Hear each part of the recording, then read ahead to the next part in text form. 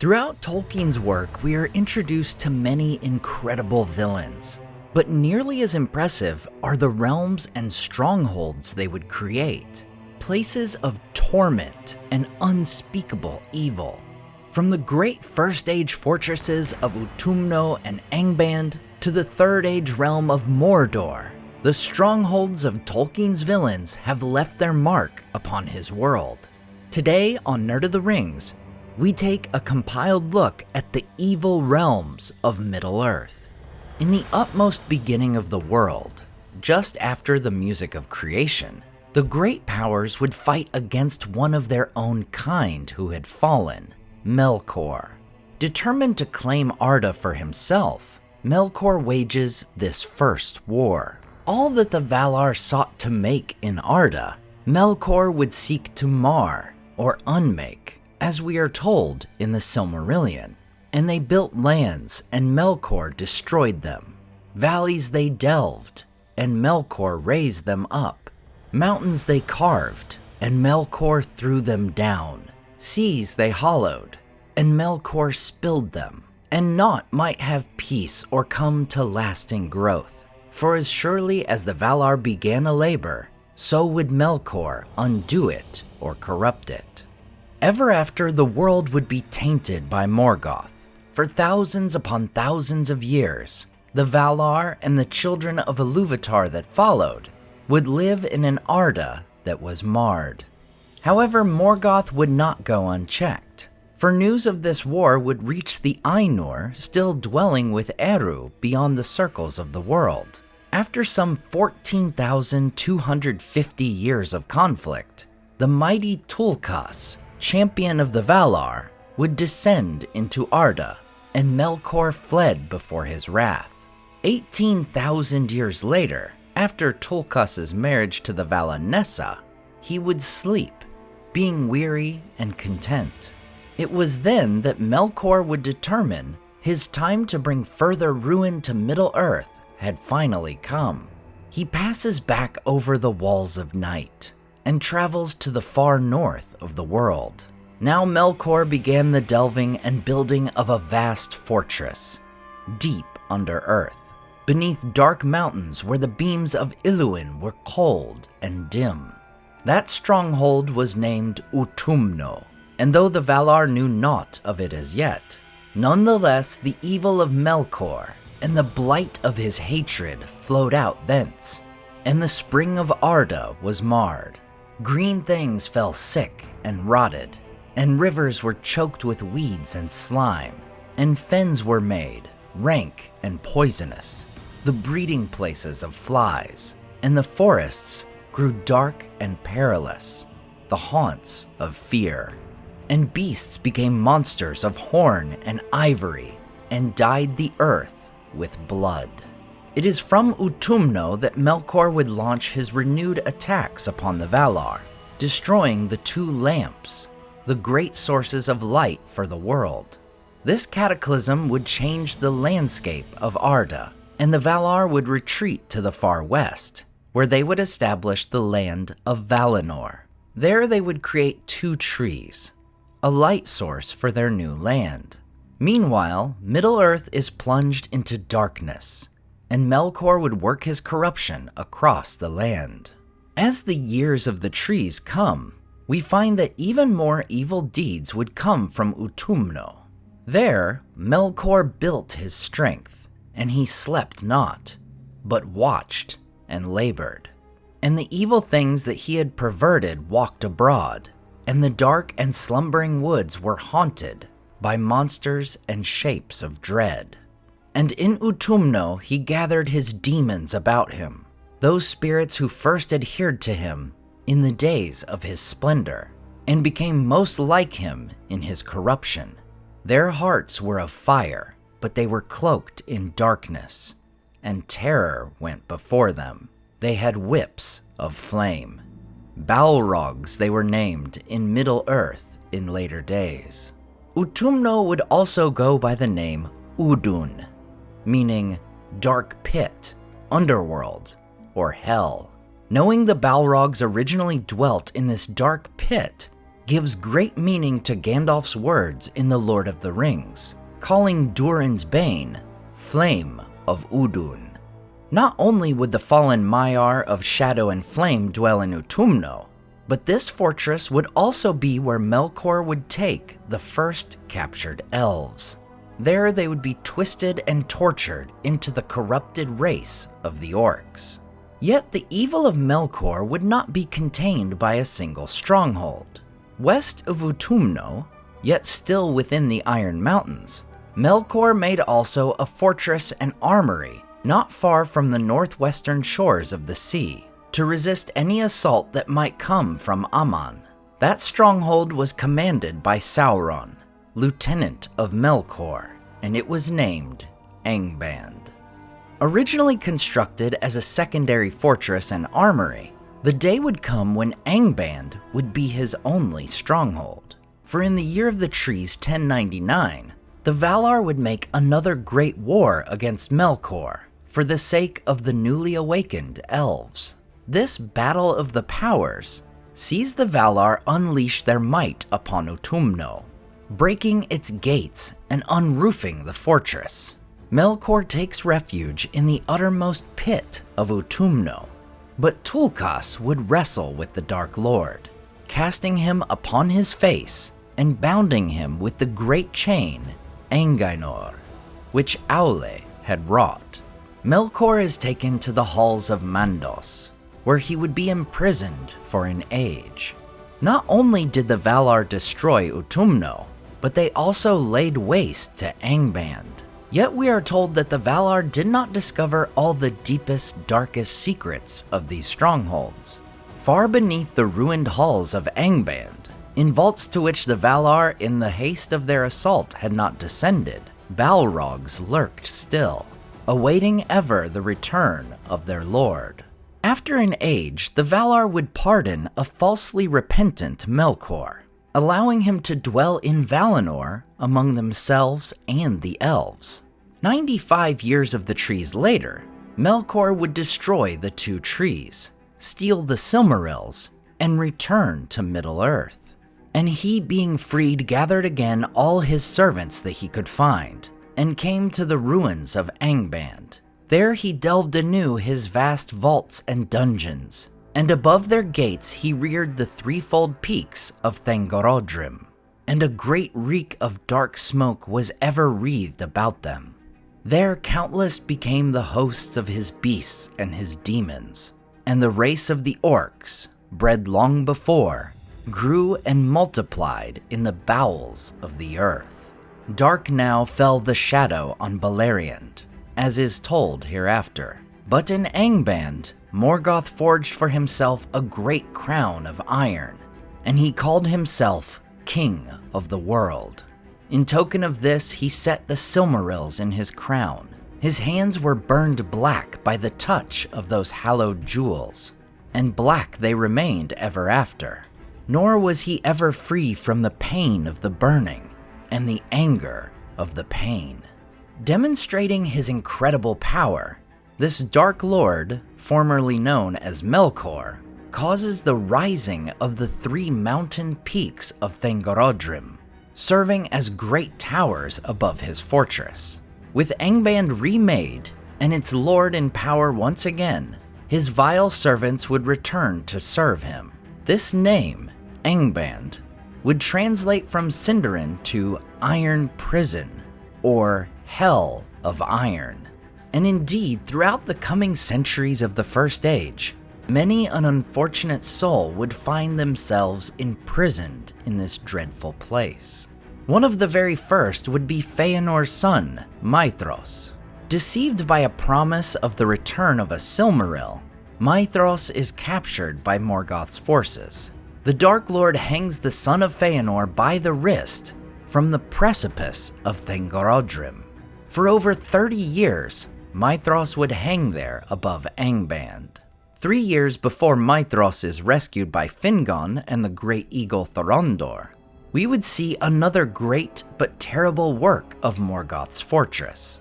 After the creation of the sun and moon by the Valar to give light to all the world, The dread of the light was both new and strong upon Morgoth's orcs. The Dark Lord then works to resolve this issue. But Morgoth arose from thought, and seeing the division of his foes, he laughed. In the pits of Angband, he caused vast smokes and vapors to be made, and they came forth from the reeking tops of the Iron Mountains. And far off they could be seen in Mithrim, staining the bright airs in the first mornings of the world. A wind came out of the east and bore them over Hithlum, darkening the new sun, and they fell, and coiled about the fields and hollows, and lay upon the waters of Mithrim, drear and poisonous. These dark and poisonous vapors sent forth from Angband would no doubt inspire a similar tactic by the second Dark Lord in the Third Age. But some 55 years after the rescue of Maedhros, the elves of Beleriand would win a great victory over Morgoth. This glorious battle would result in a 400-year siege of Angband, and an unprecedented period of peace for Middle-earth. However, the peace would not last, for Morgoth would send forth great rivers of flame from Thangorodrim, which would pour all over the plain of Ardgallen, and the mountains of iron belched forth fires of many poisonous hues, and the fume of them stank upon the air, and was deadly. Thus Ardgallen perished, and fire devoured its grasses, and it became a burned and desolate waste, full of a choking dust, barren and lifeless. Thereafter the plain would be known as Anfauglith, the gasping dust. For the next 132 years, Angband would be a source of great evil that would plague the lands of Beleriand. Few would dare to approach the terrible fortress of Morgoth during this time. There are, however, some incredible examples of those who do. One is the High King Fingolfin, who after the Dagor Bragollach rides to the gates of Angband to challenge Morgoth to single combat. While Fingolfin would perish in the epic duel, Beren and Luthien would later succeed in sneaking into Angband in an effort to steal a Silmaril. In this tale, we get a sense for how terrible of a place this is. Then Beren and Luthien went through the gate and down the labyrinthine stairs, and together wrought the greatest deed that has been dared by elves or men. For they came to the seat of Morgoth in his nethermost hall, that was upheld by horror, lit by fire, and filled with weapons of death and torment. Beren and Luthien would indeed survive their mission into Angband, and by their efforts, a Silmaril would indeed escape Morgoth's grasp, though initially in the jaws of Karkaroth, the greatest werewolf to ever live. From Angband's depths would issue Balrogs, orcs, dragons, and werewolves. But also we would see some among the free peoples enslaved there. One of the most famous examples is Gwyndor, the elf of Nargothrond, who would be captured during the disastrous Nirnaeth Arnoediad, the Battle of Unnumbered Tears. He would then be among the prisoners of Morgoth to be enslaved, made to labor in the mines of the Iron Mountains. After he escapes 14 years later, the elf's strength and beauty are broken. He is but a shell of his former self. Also captured during the Nirnaeth was Hurin, father of Turin, who is imprisoned in a high chair upon the slopes of Thangorodrim. There he would sit for 28 years, forced to endure the curse Morgoth set upon his family. The number of Morgoth's slaves would grow as kingdom after kingdom falls over the years. Finally, in 545 of the First Age, the Valar would send their great host of the West, once again intervening against the Dark Lord. After 42 years of war, Morgoth's defeat would finally be at hand. Eärendil, in his great flying ship, alongside the great eagles, would fight the winged dragons. Eärendil would slay the greatest of their kind, and Calagon the Black, whose corpse would fall upon Thangorodrim, ruining the Three Peaks. Then the sun rose, and the host of the Valar prevailed. Nearly all the dragons are destroyed, and all the pits of Angband are broken and unroofed. The might of the Valar descends into the deeps of the earth, where Morgoth had delved his mighty fortress. Having fled into his deepest mines, Morgoth sues for peace, but his feet are hewn from under him, and he is once again bound in the chain Angainor, and his great crown is beat into a collar for his neck. Finally, Morgoth, the dark tyrant of Beleriand, is defeated and cast through the door of night into the void. Thus an end was made of the power of Angband in the north, and the evil realm was brought to naught. And out of the deep prisons a multitude of slaves came forth beyond all hope into the light of day, and they looked upon a world that was changed. For so great was the fury of those adversaries that the northern regions of the western world were rent asunder, and the sea roared in through many chasms, and there was confusion and great noise, and rivers perished or found new paths, and the valleys were upheaved and the hills trod down, and Sirion was no more. As a result of this cataclysmic war, the lands of Beleriand are destroyed and lost, falling into the depths of the sea, and with it are whatever might remain of the fortress of Angband. But what of Utumno? It certainly would survive in name, for the valley in northwest Mordor would be named for it, the Valley of Udun. But could the ruins of Utumno have survived the downfall of Beleriand? While we cannot say for certain, there is reason to believe they did. As far as Tolkien's own maps, we can see that he placed Utumno east of the Blue Mountains, the majority of which survived the destruction of Beleriand. As for the exact location of Utumno, we can't say for certain. In Karen Wynne Fonstad's incredible Atlas of Middle-earth, we see her location for the ruins of Utumno is, as expected, well oriented with Tolkien's own illustration.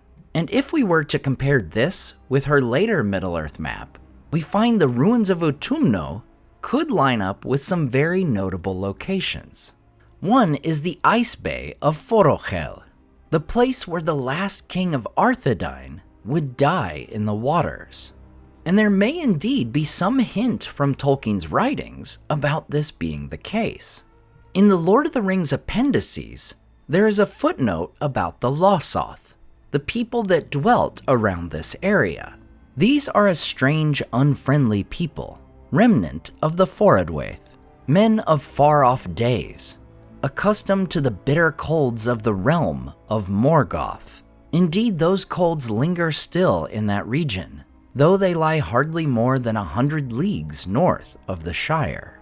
Among the other possibilities in this area are somewhere in the northern waste, or perhaps most intriguing, the ruins of Utumno could be near the future fortress of Carn Dûm, stronghold of the Witch King's realm of Angmar. Whether Utumno lived on in a ruined state or at the bottom of the sea, it would be far from the most notable remnant of Morgoth. The vile evil of this first Dark Lord would live on in Sauron, his successor, and his own terrible fortresses of Dol Guldur and Barad-dur, or the Witch King's own strongholds of Carn Dûm and later Minas Morgul. But also we would find remnants of those dark creatures that once dwelt in Morgoth's halls, with the orcs, the Balrog, dragons, and wolves who survived to trouble the free peoples long after the fall of Utumno and Angband. While Morgoth would fall with his realm, the scars of his influence would still define parts of Middle-earth, including the realm of his most devoted servant, Sauron. Next, we look at the history of Mordor and Mount Doom. One of the most prominent features of Mordor is also one of its oldest, Mount Doom. The volcano where Sauron would later create his ruling ring is created by Morgoth in the First Age. In the Peoples of Middle-earth, it says even while Sauron was secretly making Mordor his stronghold, It may have already been called by this elvish name because of its volcano Orodruin and its eruptions, which were not made by Sauron, but were a relic of the devastating works of Melkor in the Long First Age. In the Silmarillion, we are also told, but Melkor too was there from the first, and he meddled in all that was done, turning it, if he might, to his own desires and purposes, and he kindled great fires. When therefore earth was yet young and full of flame, Melkor coveted it, and he said to the other Valar, "This shall be my own kingdom, and I name it unto myself." The elvish name of Mordor means black land in Sindarin. The dwarves call it Nargun.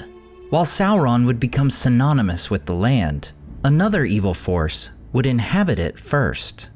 For escaping from the War of Wrath at the end of the First Age was the great spider Shelob, who makes her home in the Ephel-Duath, the Mountains of Shadow.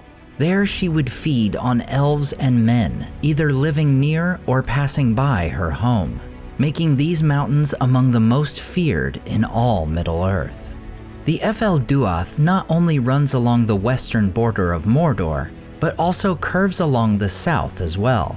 In the northwest, it meets the Ered Lithwi, or Ash Mountains, which run roughly 500 miles, marking Mordor's northern border.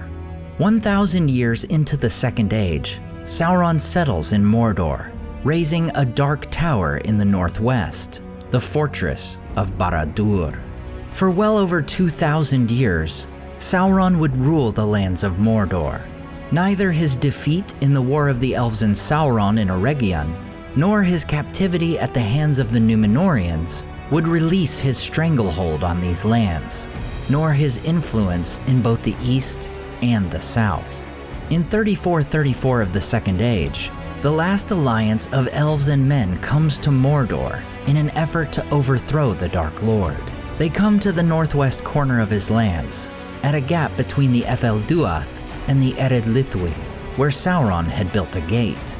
The alliance drives through the Morannon, across the valley of Udun and the desert plateau of Gorgoroth.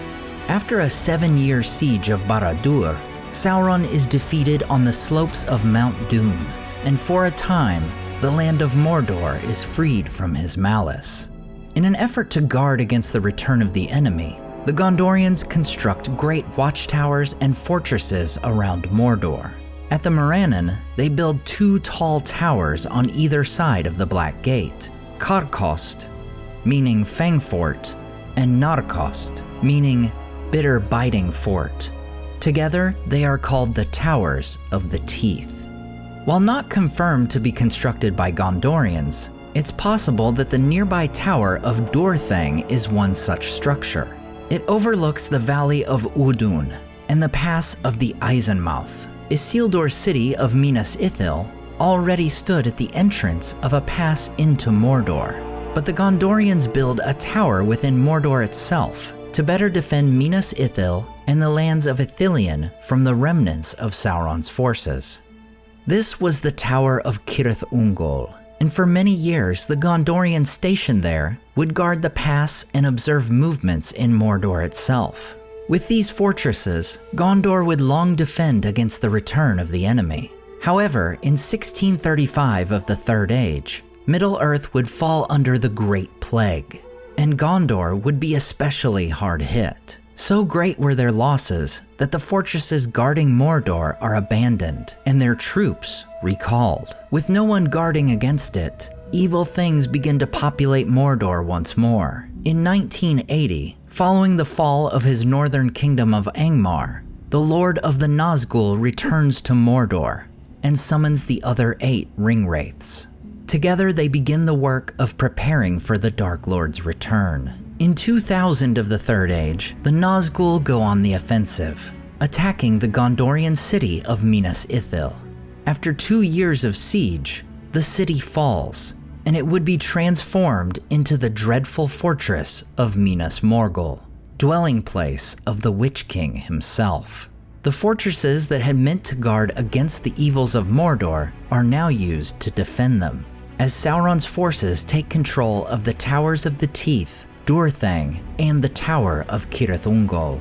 Sauron would first re-emerge not in Mordor, but in Dol Guldur in the north. However, in 2941 of the Third Age, the White Council attacks the old fortress, forcing Sauron to flee to his original abode. There, in 2951, he declares himself openly and begins rebuilding Barad-dur, completing construction in 2953. The following year, an ominous sign would come from the long-dormant Orodruin. Sauron arose again and declared himself openly, and he re-entered Mordor long prepared for him. Then Barad-dur was razed once more, and Mount Doom burst into flame, and the last of the folk of Ithilien fled far away. While the majority of the events and structures in Mordor are located in the northwest of the realm, there is also a large area that covers the south and east of Mordor called Nurn. While Gorgoroth was an actual desert wasteland, filled with pits and fumes issuing from fissures in the ground, the lands of Nurn were much more fertile. While it's believed there were also orcs in these lands, they are worked by men who were enslaved by Sauron, forced to work the fields around Lake Nurnen to feed Sauron's armies. The Sea of Nurnen, which translates to sad water or dead water, is so named because it contains salt water. Despite this, the ash that is blown to Nurn from Mount Doom makes its soil rich in nutrients, allowing for dry land farming. From Barad-dur, Sauron would command his legions of orcs in the War of the Ring in the late Third Age. Easterlings and Haradrim loyal to the Dark Lord would pour into Mordor via the Black Gate, and the Witch King would lead Sauron's armies in their attack on Gondor from Minas Morgul. Finally, after the defeat and death of the Witch King on the Pelennor Fields, Aragorn would lead a host to the Black Gate. And just as his great ancestor Elendil over 3,000 years earlier, Aragorn leads the host of the West in war against Sauron. Unlike before, Sauron's ruin would come in secret, as Frodo and Sam had traversed his lands of Mordor, and coming to Mount Doom itself, the ring would be destroyed when Gollum slips into its fiery depths. Barad-dur, whose very foundations were bound to the One Ring, collapses into ruin, along with the Black Gate and the Towers of the Teeth. The earth gaped, and from deep rifts and pits smoke and fumes leaped up. The mountain was convulsed. Great rents opened in its side. Slow rivers of fire came down the long slopes. A rain of hot ash was falling. With the destruction of the ring, Mount Doom explodes, as Sauron is finally defeated. In the aftermath of the Dark Lord's fall, Mordor is mostly depopulated, as the orcs within had either been killed or fled. In his victory, Aragorn frees the slaves of Mordor, decreeing that the lands of Nurn shall ever after be theirs to rule. As for Minas Morgul, the effects of centuries of Nazgul control had taken its toll. Aragorn declares that it shall be utterly destroyed, and while in time it may come to be made clean, no man would dwell there for many long years. From the creation of Mount Doom to Sauron's demise, Mordor would see thousands of years of evil ravage its lands. Whether Minas Morgul or any of the northwest of Mordor would ever truly recover from Sauron's evil dominion, we can only guess. Sauron would not be the only source of evil to plague Middle-earth in the Third Age, for during Sauron's years of isolation, his greatest servant would come into power, the Witch King of Angmar. And like his master, he too would form his own realm to trouble the kingdoms of men. Next, we cover the history of Angmar. Nearly 500 years before the kingdom of Angmar would rise, the seeds of Arnor's downfall would be sown. After the death of King Eärendil, the kingdom of Arnor would be split into three. The largest of these splinter kingdoms is Arthedain, ruled by the eldest son and rightful heir, Amleth. The two younger sons established the kingdoms of Cardolan and Rhudaur. Often strife would arise among the three kingdoms, in part because the kings of Cardolan and Rhudaur wished to control the Weather Hills and especially the watchtower of Amon Sul. Arthedain not only possessed Weathertop and its Palantir, but also the other two Palantiri of Arnor, at Annúminas and the Tower Hills. Over the centuries to come, the line of Isildur would fail in Cardolan and Rhudaur. The once great kingdom is divided and weakened. It is in this environment that a new kingdom rises in the north, the Kingdom of Angmar. This realm lies north of the Etten Moors, just south of the mountains that would bear its name. While most prominently to the west of the Misty Mountains, it would stretch to the east as well. The Witch King's capital fortress is Carn Dûm, though his kingdom would also possess the once great dwarven mountain of Gundabad. In 1349, the kingship of Arthedain passes to Argaleb I. With the failure of the line of Isildur in the other realms, Argaleb claims kingship over all Arnor. While Cardolan accepts this decree, Rhudaur resists. It turns out an evil lord of the Hillmen, who had seized control of Rhudaur, had formed an alliance with the Witch King. In response, Argaleb fortifies the Weather Hills, but in a subsequent battle between Arthedain and Rhudaur, Argaleb is killed. His son, Arvaleg I, drives the enemy forces back from the hills with the aid of both Cardolan and Lindon. Sometime after this, the Witch King would set his sights upon the elves, laying siege to Rivendell. However, Elrond would be reinforced by Lothlorien and would subdue the forces of Angmar for a time. Finally, in 1409, the Witch King would launch a great assault upon Arnor. He crosses the river with a great host, entering Cardolan and surrounding Weathertop. Most of Cardolan would be ravaged during the Witch King's march through the lands. In the battle at Amon Sul, the Dunedain are defeated and King Arvaleg is slain. Amon Sul is burned and razed, and the Great Watchtower is reduced to ruins. However, the Palantir is saved and carried back to Fornost, now the capital of Arthedain. Not only would Arvaleg die in this encounter, but so would the last prince of Cardolan. He would be buried at Tirn Gorthad, or what would later be known as the Barrow-downs. It was here that a remnant of Dunedain had held out against the forces of Angmar. Centuries later, the hobbits would become trapped in the very grave of this fallen prince. There they would find daggers of Westerness, blades the Arnorians made for fighting against Angmar and its king. With Arvaleg slain, the kingship has passed to his 18-year-old son, Arafor. Despite his young age, Arafor leads his people to repel the enemy forces, with the help of Círdan and the elves of Lindon.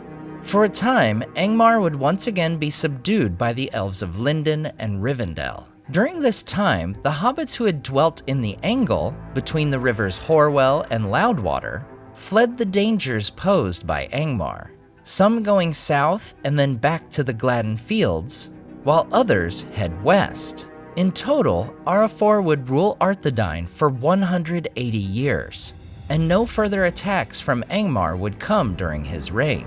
In 1601, the hobbits would migrate further west, and Arafor's son, King Argaleb II, gives them the land of the Shire, which had previously been his hunting grounds. While Argaleb would not experience attacks from Angmar, he would lead Arnor through the Great Plague, which ravages the lands of Eriador in 1635. Most of the men of Cardolan are wiped out as a result of this terrible plague.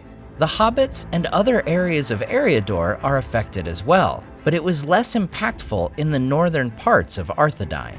Still, the loss of the Dunedain of Cardolan would create a great advantage for the Witch King. Seizing upon the weakened realm, he sends evil spirits out of Angmar and Rhudaur. These spirits come to the Barrow-downs, where they would inhabit the bones of the Dunedain buried there. Thus, the Barrow-wights, terrors of Tirn Gorthad, are created. For over 200 years, Angmar would be held in check. The next battle we find recorded comes in 1851, where King Araval, along with the aid of Lindon and Rivendell, wins a victory over Angmar in the lands of Cardolan. Despite the victory, they are unable to wrestle control of Cardolan from the Witch King. During this same time, Gondor is experiencing attacks by the Easterlings. It is Araval's son, Arafant, who realizes that these attacks upon the once united kingdoms of Gondor and Arnor are all coordinated by a single power. However, it's likely he did not know the source. The single power was none other than Sauron himself. Arafant seeks to renew the once great alliance of men, and in 1940, his son Arvedui marries Firiel, the daughter of Gondor's king, Ondoher. An interesting note on Arvedui: his name actually came courtesy of one of his father's counselors. This counselor is remembered as Malbeth the Seer, for he was gifted with foresight and was known for proclaiming two great prophecies. The first is telling Arafant to name his son Arvedui, meaning last king. Arvedui you shall call him, for he will be the last in Arthedain, though a choice will come to the Dunedain, and if they take the one that seems less hopeful, then your son will change his name and become king of a great realm.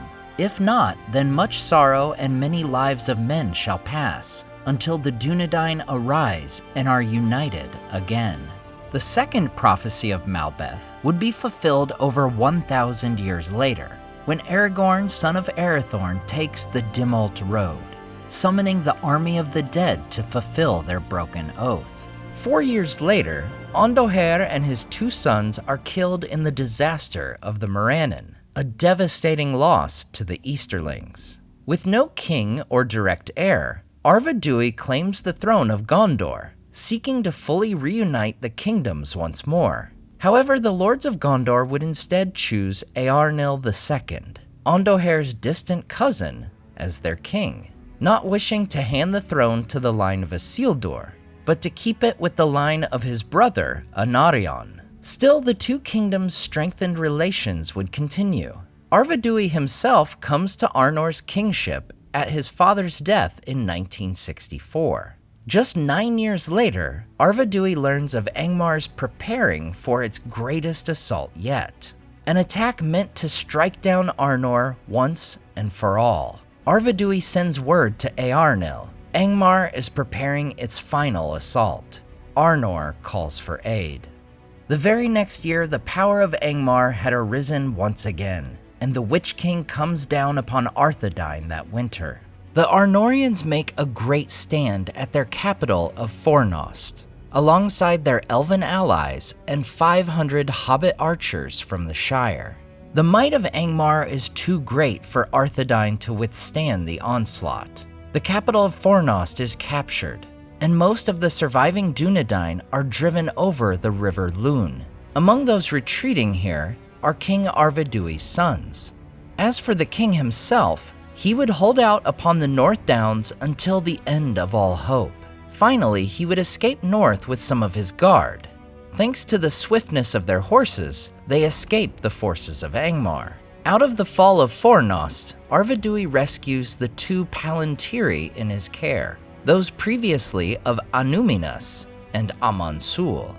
Arvedui comes to the far north end of the Blue Mountains, hiding in tunnels of abandoned dwarven mines. However, starving, they would travel north into Forodwaith, seeking the help of the Losoth, also known as the Snowmen of Forochel. The Losoth are initially hesitant to aid the king out of fear of the Witch King, saying the great servant of Sauron would make frost or thaw at will.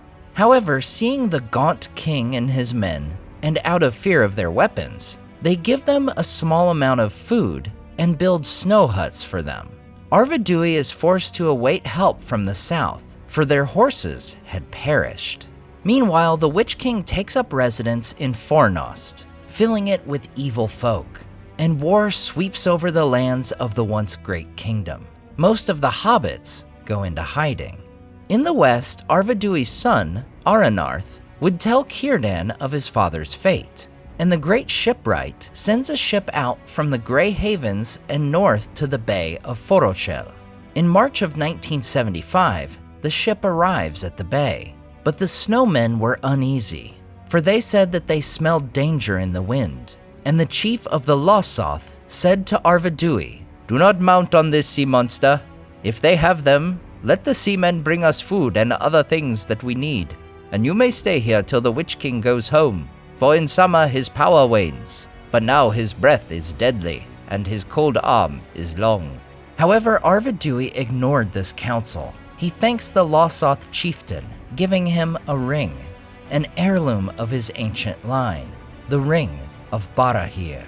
He boards the ship, seeking to set out. However, the Losoth was correct in his assessment, for the ship would not even reach the open sea before a windstorm comes forth, bringing blinding snow out of the north. The ship is driven back upon the ice, crushing the hull. Thus, Arvedui, the last king of Arnor, is lost in the sea, along with the two Palantiri. Later that very year, Gondor would answer the call for aid. King Eärnil II sends his son Prince Eärnor north with a great fleet. After sailing down the Anduin and upon the Great Sea, they would come to the Grey Havens. It was said so great was their force that the harbors of both Harlond and Forlond could barely contain all the Gondorian ships. We are told there was joy and great wonder among not only the men, but also the elves, and from them descended an army of power, with munition and provision for a war of great kings. Or so it seemed to the people of the north, though this was but a small sending force of the whole might of Gondor. But it was not just the Gondorians who came to stand against the Witch Kingdom of Angmar, for the most praised of all this force was the horses. These great animals came from the vales of Anduin, with riders tall and fair, proud princes of Rhovanion. Indeed, this most likely means the ancestors of the Rohirrim once fought the Witch King in the lands of Eriador. Bolstered by their southern allies, the remnants of the north would seek to strike back. Círdan summons the elves from his own lands, and the mannish remnants of Arthedain. This host marches across the river Lune, making their way toward the Witch King. However, news of this host comes to the Lord of the Nazgul, but in his pride, he waits not for the attacking force to come to his fortress. Rather, he rides out to meet them, seeking to drive them back into the Lune.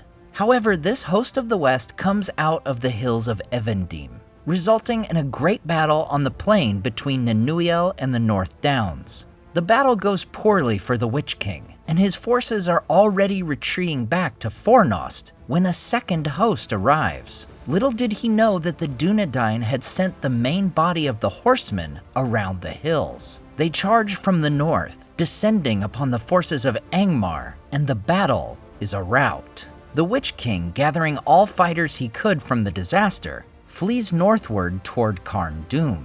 Yet before he could reach his fortress, the cavalry of Gondor catches up to him. Meanwhile, Glorfindel leads a host of elves out of Rivendell, wiping out yet more of the orcs. It is said that then so utterly was Angmar defeated that not a man nor an orc of that realm remained west of the mountains. Seeing his imminent defeat, the Witch King rides up, black robes and black masked, upon a black horse, and fear fell upon all who beheld him. He singles out Eärnor for the fullness of his hatred, and with a terrible cry, he rides straight at the Prince of Gondor.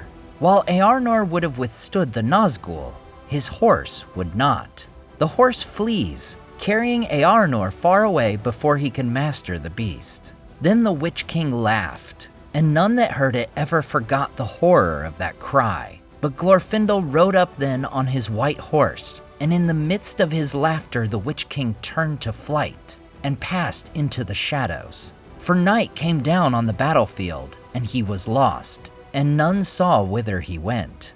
Returning to the battlefield, Eärnor wishes to chase after the Witch King, but is held back by Glorfindel. "Do not pursue him. He will not return to this land. Far off yet is his doom, and not by the hand of man will he fall." This is the very prophetic statement that Éowyn, with the help of Merry, would one day fulfill. Thus falls the kingdom of Angmar. His forces defeated, the Witch King flees to Mordor, where he would summon the other Nazgul. preparing for the return of Sauron. The men and orcs of Angmar, east of the Misty Mountains, are left without their master. Hearing of the Witch King's defeat, the Eotheid, ancestors of the Rohirrim living in Rhovanion, travel north and drive away the remnants of Angmar. These horse lords would settle these very lands in the upper vales of Anduin, marking the end of the kingdom of Angmar. Ever after, the Witch King would harbor a hatred for Earnor, and would one day bring about the king's end, and the end of his line. While his own kingdom would fall, the Witch King would succeed in bringing about the downfall of Arnor, reducing its people to rangers wandering the wild. Yet from this very line, the line the Witch King failed to destroy, the kings of Gondor, and indeed the realm of Arnor itself, would rise again. Not far from Angmar, we find our next location of evil, a region cursed by the Witch King. While not directly ruled by a Dark Lord, these lands would haunt and terrorize men and hobbits alike. Next, we look at the Barrow-downs. While the Barrow-downs would most notably come into the story of the late Third Age, their origin is much, much earlier. In the First Age, some of the earliest men would live for a time in Eriador, before crossing the Blue Mountains into Beleriand. These men are the ancestors of the Edain, the men who would ally with the elves in their battles against Morgoth. Before their migration, they built many of these burial mounds in the area. During the dark years of the Second Age, when many men fell under the sway of Sauron, Dunlendings migrated from the valleys of the White Mountains to the empty lands as far north as the Barrow-downs. Much later in the Second Age, after the faithful come to Middle-earth with the downfall of Numenor, Elendil establishes the Kingdom of Arnor, which includes the Barrow-downs. The Arnorians held the Barrow-downs in honor, since many of the burial mounds were built by their ancestors. They, in turn, begin a tradition of burying their lords and kings there. In 861 of the Third Age, with the death of King Eärendil, Arnor is split into 3 separate kingdoms, each ruled by one of his sons. The kingdoms are Arthedain, Cardolan, and Rhudaur. The Barrow-downs fall within the lands of Cardolan. Nearly 600 years later, the splinter kingdoms are 50 years into a war against the Witch King's kingdom of Angmar. In 1409, a large army from Angmar invades and defeats the men of Cardolan, ravaging the lands.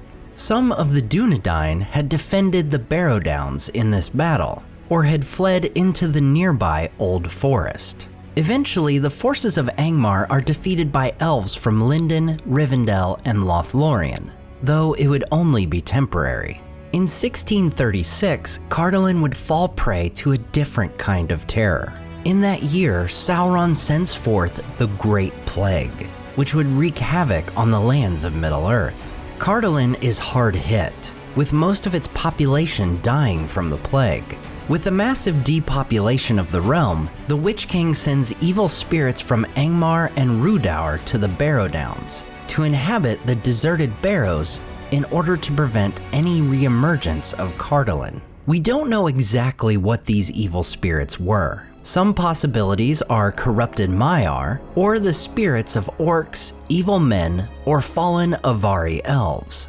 These spirits animate the bones of dead men buried within the barrows, appearing as shadowy figures, with pale light coming from what would be their eyes. They had rattling gold rings on their fingers, and their touch was like ice. In the adventures of Tom Bombadil, Tom encounters a Barrow-wight who is waiting for him in his home. Using his rhyming incantations, he orders the Barrow-wight away, a skill we will see later as well. In the early days of the War of the Ring, the Nazgul are searching for Baggins of the Shire. They enter the former Cardolan around September 24, 3018, and the Witch King personally goes to the Barrow-downs. He would remain there for 3 days, rousing the Barrow-wights. In The Lord of the Rings: A Reader's Companion by Hammond and Skull, it includes a piece of manuscript omitted from Unfinished Tales that, among other things, talks about the Witch King's actions here. It says that the Witch King empowered the Barrow-wights and killed nearby Dunedain rangers specifically in order to trap the Ringbearer. This strategy would nearly work, as Frodo, Sam, Merry, and Pippin come to the Barrow-downs on September 28th and are captured by a Barrow-wight. Frodo is the final hobbit to come under the influence of the evil creature. "Where are you?" Frodo cried, both angry and afraid. "Yeah," said a voice deep and cold that seemed to come out of the ground. "I am waiting for you." "No," said Frodo, but he did not run away. His knees gave and he fell on the ground. Nothing happened and there was no sound. Trembling, he looked up, in time to see a tall, dark figure like a shadow against the stars. It leaned over him. He thought there were two eyes, very cold though lit with a pale light that seemed to come from some remote distance. Then a grip stronger and colder than iron seized him. The icy touch froze his bones, and he remembered no more. When he came to himself again, for a moment he could recall nothing except a sense of dread. Then suddenly he knew that he was imprisoned, caught hopelessly. He was in a barrow. A Barrow-wight had taken him, and he was probably already under the dreadful spells of the Barrow-wights, about which whispered tales spoke. He dared not move, but lay as he found himself, flat on his back upon a cold stone, with his hands on his breast. As he lay there, thinking and getting a hold of himself, he noticed all at once that the darkness was slowly giving way. A pale greenish light was growing round him. It did not at first show him what kind of a place he was in, for the light seemed to be coming out of himself and from the floor beside him, and had not yet reached the roof or wall. He turned, and there in the cold glow he saw lying beside him Sam, Pippin, and Merry. They were on their backs, and their faces looked deathly pale, and they were clad in white. About them lay many treasures, of gold maybe, though in that light they looked cold and unlovely. On their heads were circlets, gold chains were about their waists, and on their fingers were many rings. Swords lay by their sides, and shields were at their feet, but across their three necks lay one long, naked sword. Suddenly a song began, a cold murmur, rising and falling. The voice seemed far away and immeasurably dreary, sometimes high in the air and thin, sometimes like a low moan from the ground. Out of the formless stream of sad but horrible sounds, strings of words would now and again shape themselves, grim, hard, cold words, heartless and miserable. The night was railing against the morning of which it was bereaved, and the cold was cursing the warmth for which it hungered. Frodo was chilled to the marrow. After a while the song became clearer, and with dread in his heart he perceived that it had changed into an incantation. "Cold be hand and heart and bone, and cold be sleep under stone. Never more to wake on stony bed, never till the sun fails and the moon is dead. In the black wind the stars shall die, and still on gold he'll let them lie, till the dark Lord lifts his hand over dead sea and withered land." This barrow was likely the grave of the last prince of the former realm of Cardolan, who was killed when Angmar had been invaded.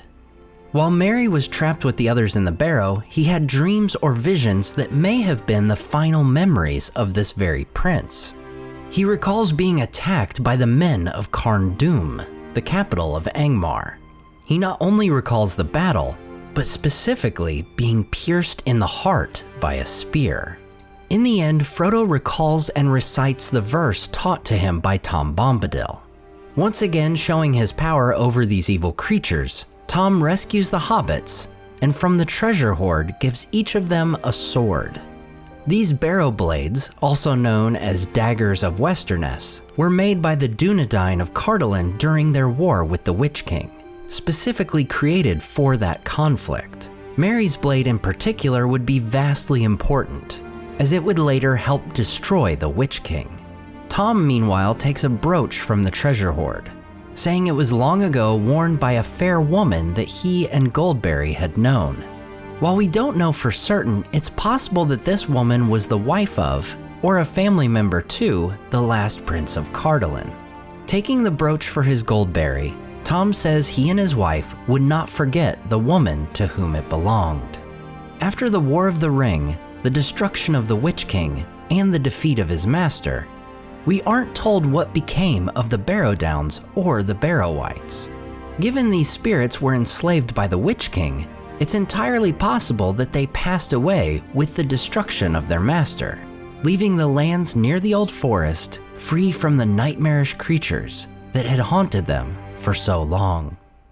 After the fall of his great kingdom of Angmar, the Witch King would set his sights upon a new fortress, one closer to the stronghold of his dark master.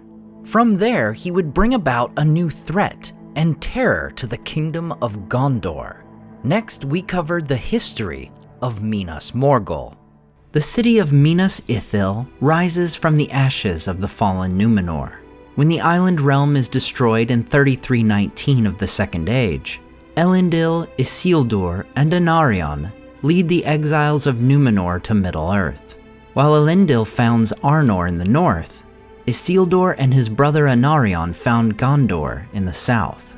While Anarion builds the city of Minas Anor, Isildur constructs the city of Minas Ithil near the border with Mordor. Together, the brothers would rule as kings of Gondor. While Anarion rules the fief of Anorion, Isildur rules the fief of Ithilien. In the same year these realms in exile were founded, the Palantiri are distributed among the realms of Elendil and his sons.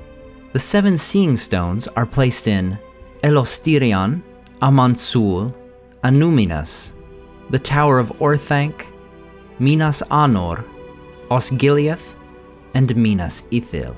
Isildur planted the seedling of the White Tree of Nimloth in Minas Ithil, which had grown from the fruit he stole prior to Numenor's downfall. Isildur's city, and Gondor in general, would exist and grow in peace for over 100 years. However, the same dark presence that brought about Numenor's destruction would return to Middle-earth to plague the faithful whom he hated. After re-establishing himself in the lands of Mordor, Sauron launches an attack on Minas Ithil. His great force drives out Isildur and sacks the city. In his victory, Sauron burns the White Tree. However, once again, Isildur escapes with his wife, his sons, and a seedling of the tree. He journeys down the Anduin River, and taking the seaward route, comes to his father's realm of Arnor. This conflict is the impetus for the formation of the last alliance of elves and men. While Anarion holds out against Sauron in Gondor, Isildur, his father, and the elven king Gil-galad build the alliance that would march upon Mordor itself. We are told that during the war, 2 of Isildur's sons, Aratan and Kirion, had been sent by their father to man the fortress of Minas Ithil. This, along with knowing that Sauron did not capture the Palantir, would seem to indicate he merely sought to defeat the Gondorians of the city, and not occupy it. Isildur's sons manned the fortress as a preventative measure, for Isildur thought if Sauron were to escape Gil-galad and Elendil, he would force his way through Cirith Ungol and take vengeance upon the Dunedain in Minas Ithil. After a 7-year siege of Barad-dur, Sauron is defeated and his ring taken by Isildur. In the aftermath of Sauron's downfall, Minas Ithil is restored as the great watchtower along the Gondor-Mordor border. Minas Ithil would remain a stronghold of Gondor for nearly 2,000 years, when it would be attacked by another dark force.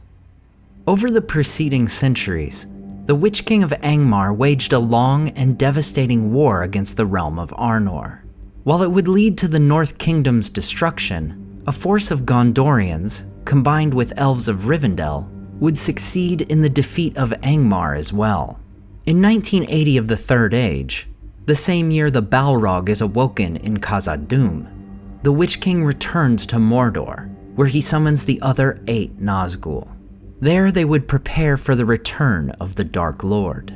20 years later, they make their first offensive strike. laying siege to Minas Ithil. We are told this army is composed of many men who had been dominated by Sauron during his first strength, and had wandered homeless and masterless after his fall. Now they were led by the Nazgul, and coming out of Mordor by night over the pass of Cirith Ungol, they made war upon the Gondorian city. After 2 years of fighting, Minas Ithil is sacked by the forces of the Witch King, and comes to be known as his city. The Palantir, known as the Ithil Stone, is captured, and would later be taken to Barad-dur, where it would be used by Sauron to communicate and influence Saruman and Denethor. Minas Ithil comes to be occupied by fell creatures, and becomes a foul and evil place. They took Minas Ithil for their abode, and they made it a place of such dread that none dared to look upon it. Thereafter, it was called Minas Morgul, the Tower of Sorcery. And Minas Morgul was ever at war with Minas Anor in the west. But Minas Anor endured, and it was named anew Minas Tirith, the Tower of Guard. With its city taken by the enemy, many Gondorians flee from Ithilien and further into Gondor. In 2043, the Witch King issues a challenge to the new king of Gondor, Eärnur, the very same captain who had led Gondor's army against his realm of Angmar years earlier. Eärnur ignores this first challenge at the advice of his steward. However, in 2050, the Witch King renews his challenge of single combat, which Eärnur would not ignore. Leaving his crown in the houses of the dead, Eärnur rides to Minas Morgul with a small group of soldiers. None are ever seen again. Thus, the line of the kings of Gondor is ended, and the rule passes to the line of the stewards, and would remain in their care until an heir would come from Isildur's line in the north, Aragorn Elessar. But in the years between, Minas Morgul would continue to plague Gondor. It is from Minas Morgul that we have the first recorded history of the Uruk-hai. In 2475, these more powerful orcs, which had possibly been bred within Minas Morgul itself, emerge from the fortress and conquer the lands of Ithilien. Their forces attack and destroy the city of Osgiliath, which had once been the great capital of Gondor. Eventually, Steward Boromir would win back the lands of Ithilien, and the orcs would withdraw once more. During the war, Boromir receives a Morgul wound, which would give him tremendous pain and greatly shorten his life, though he would not become a wraith. Once again, Minas Morgul would wreak havoc upon Gondor during the War of the Ring.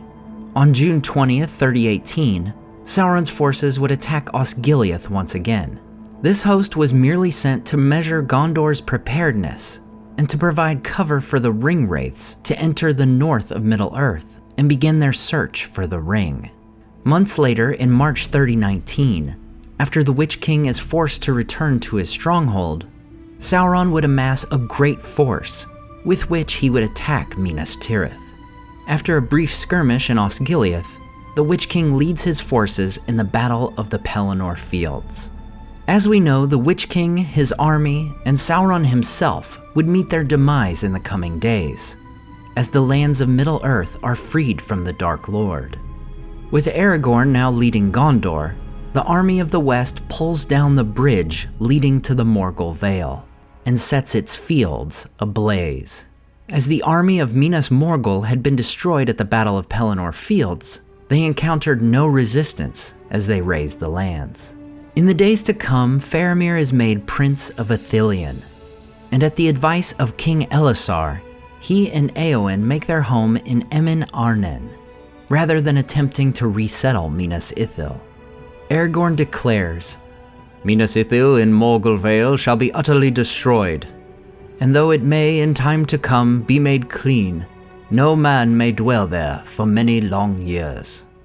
Whether the day would ever come when Minas Morgul would be rebuilt as Minas Ithil, we can only guess, for no tale tells of the ruins of the Tower of Sorcery, and whether that land would ever bring light and beauty to Gondor once more.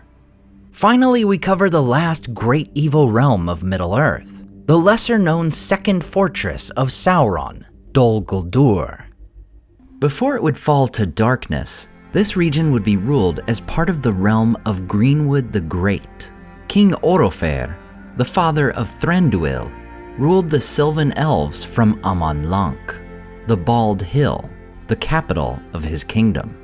However, throughout the Second Age, Orofer moves his people north multiple times. It is believed that the first of these migrations took place because Orofer wanted to distance himself and his people from both the dwarves of Khazad-dûm and out of resentment for what he perceived as the intrusions of Galadriel and Celeborn in Lorien. Orofer would be killed during the War of the Last Alliance in what would later become the Dead Marshes, leaving his people to be led by Thranduil. As we fast forward to 1,000 years later, Aman-Lanc remains empty, and a mysterious presence finds a prime location for its reemergence.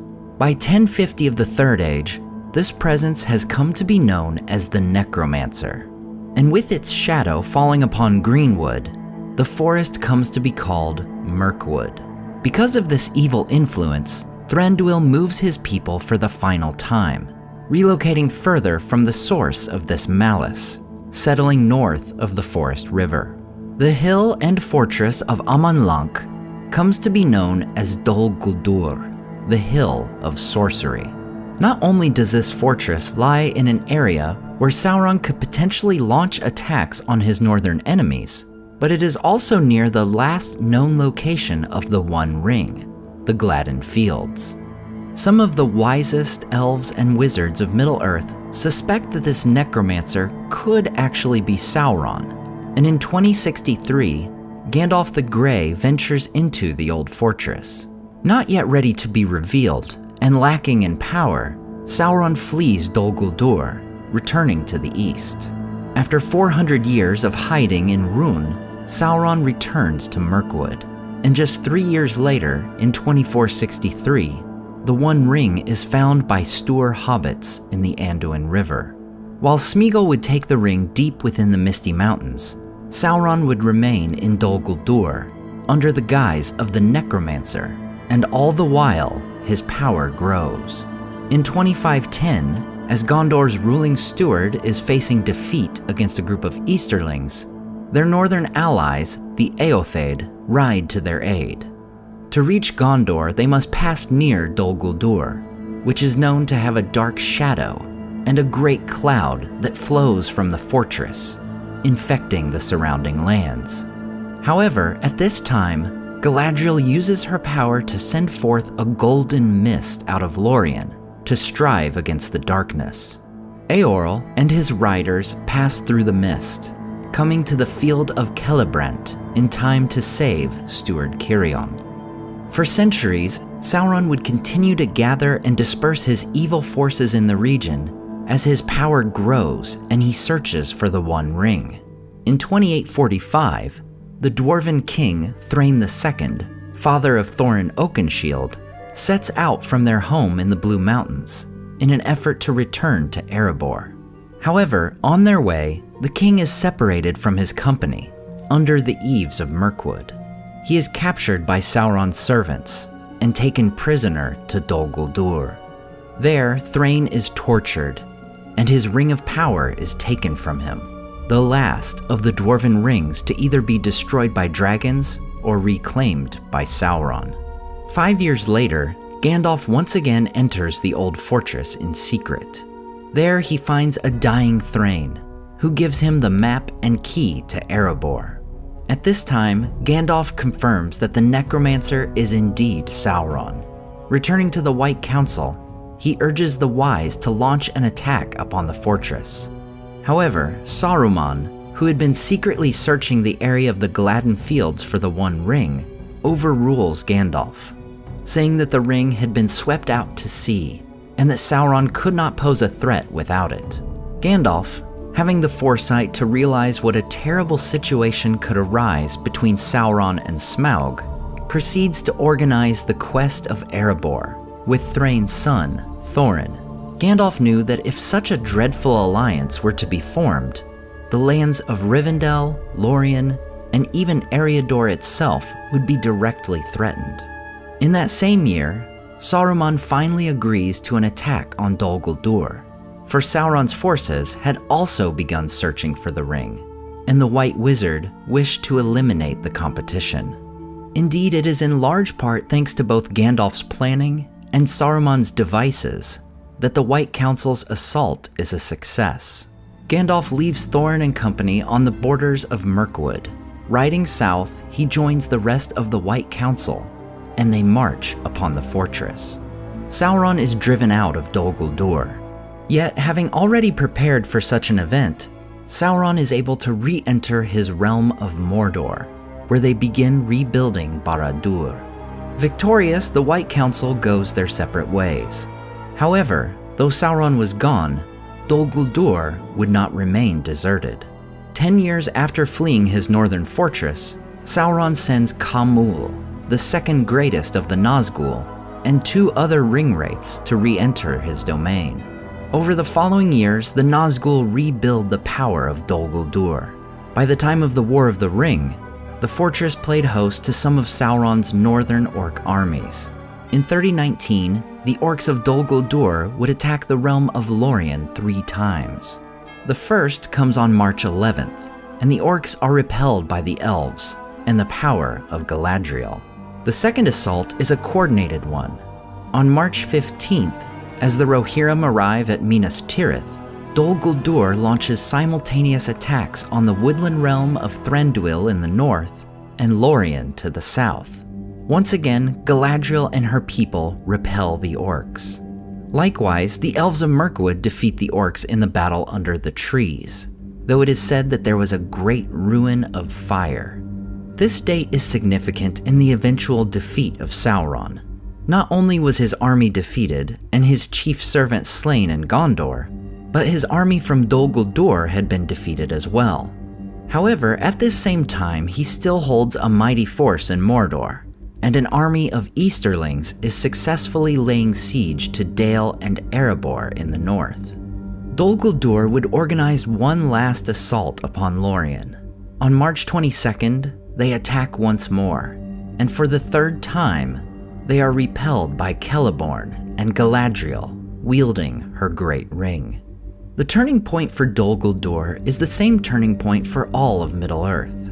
On March 25th, the One Ring is destroyed in the fires of Orodruin, and Sauron's power is undone. With this, the shadow of Sauron is lifted from the free peoples, and the Dark Lord's servants are filled with fear and despair. The dwarves and men are victorious in the Battle of Dale, driving away the Easterlings on March 27th. On March 28th, Celeborn and the army of the Galathrim take their boats across the Anduin and make war upon Dol Guldur. They took Dol Guldur, and Galadriel threw down its walls and laid bare its pits, and the forest was cleansed. Though likely aided by the dwindling power of her ring, Galadriel's feat of destroying the fortress is incredibly impressive, and it harkens back to a much earlier event featuring another of Tolkien's great heroines. In the First Age, we see Luthien unmake the fortress of Tol Guldur in Beleriand after rescuing Beren. As with Dol Guldur, it too was a fortress of Sauron's. Dol Guldur played a pivotal role in Sauron's northern campaign.